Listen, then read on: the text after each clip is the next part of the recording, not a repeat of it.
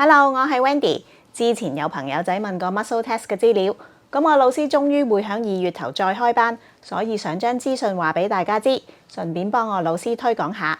有興趣嘅朋友仔就繼續睇啦。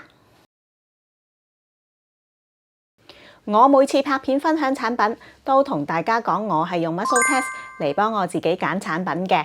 太複雜嘅理論我就唔解釋啦。總之 Muscle Test 係有根據嘅。最早係喺1964年由 Dr. Goodhart 呢位脊醫喺美國開始應用同埋推廣。Amazon 有好多書介紹 Muscle Test， 亦都有好多另類療法係會用到 Muscle Test。我係喺2019年跟我呢位老師第一次學 Muscle Test， 之後再繼續睇書練習，令自己不斷進步。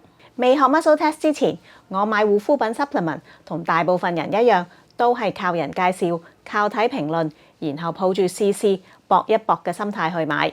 坦白講，之前咁多年未試過揾到適合我嘅正嘢。學咗 Muscle Test 之後，雖然開始嗰陣經驗同埋技巧未夠，但起碼知道自己有個根據，唔使再盲中中周圍亂買產品。介紹下我呢位老師係外國人，叫 Kevin Duff， 已經喺香港住咗幾廿年。從佢身上面，除咗 Muscle Test， 我亦都學咗好多其他有關身體保健同埋好多種自然療法。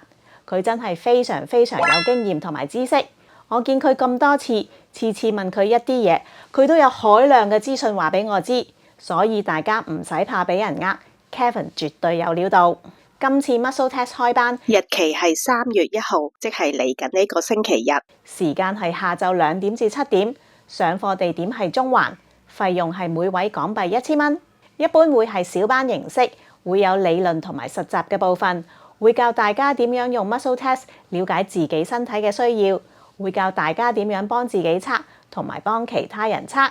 授課語言會係英文，不過如果有需要，可以有廣東話翻譯。大家睇我嘅片，唔好以為 Muscle Test 只係可以用喺揀護膚品 supplement 方面，呢個只係我個人嘅興趣。除此之外 ，Muscle Test 亦都可以測食物，例如如果有食物敏感問題，就可以測食某款食品會唔會過敏感。我當時上堂嗰陣就俾同學仔問我係唔係好鍾意食雞，因為佢測到我非常 strong。更多嘅應用範疇就要上堂學啦。有興趣報名嘅朋友仔可以聯絡呢位負責人，一樣叫 Wendy， 但唔係我嚟㗎。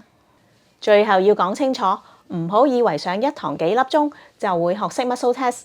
學任何技巧技能都係要經過不斷練習同埋累積經驗，先可以令自己純熟。所以上 Muscle Test 測得好，上完堂之後都係要靠自己努力㗎。下次再見，拜拜。